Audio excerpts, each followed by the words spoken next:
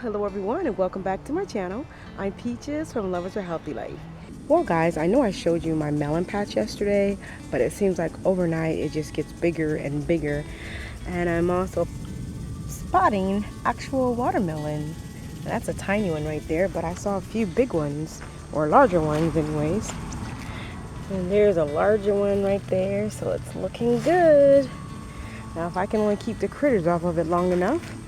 Okay, so since we're back here in the melon patch, I wanted to show you some of our fruit and nut trees. This is actually a pecan tree, and this pecan tree is over 25 years old.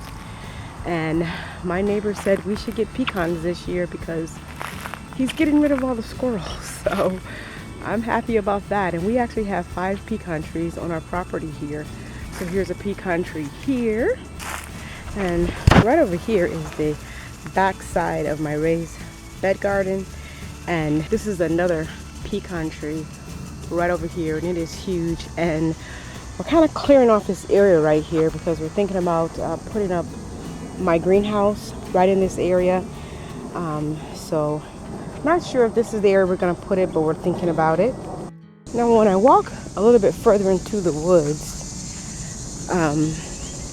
my husband told me about a surprise, and look at this. It's 2 banana trees, and I had threw some banana, I guess you could say, that had died over in the woods, and look what we have here. 2 banana trees. Oh, actually that's not 2, 3. There's one there and 2 right here coming up in the woods here. So we're gonna wait and see what it does. And this is in our woods, so doesn't get much light here in the woods area, but it's at the beginning of the woods, so maybe they'll grow.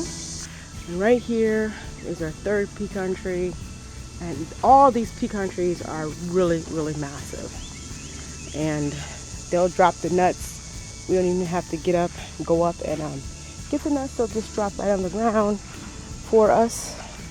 Here's the 4th pecan tree right over here, and gonna walk over here to the other massive fig tree I was telling you about.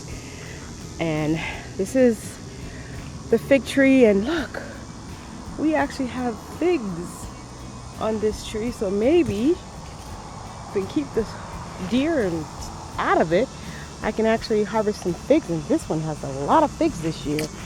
Let's see. Yeah, tons of figs all over the tree. And right here, and there's our chicken coop. We're gonna fence in this area, perhaps and get chickens. But there is peaches on the tree, and we don't spray. Looks like this tree kind of needs spraying, so don't worry about it too much. But this is our peach tree. Now the peaches on this tree is actually really delicious if we ever get them, if bugs don't get them. And I'm trying to fan away the mosquitoes right now, but it has several peaches on the peach tree. Okay, so let's keep walking.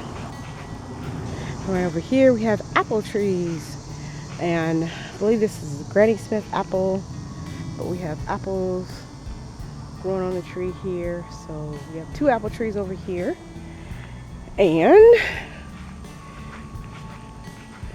these apples are pretty delicious.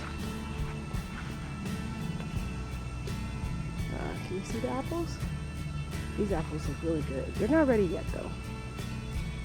Okay, well, let's walk over here.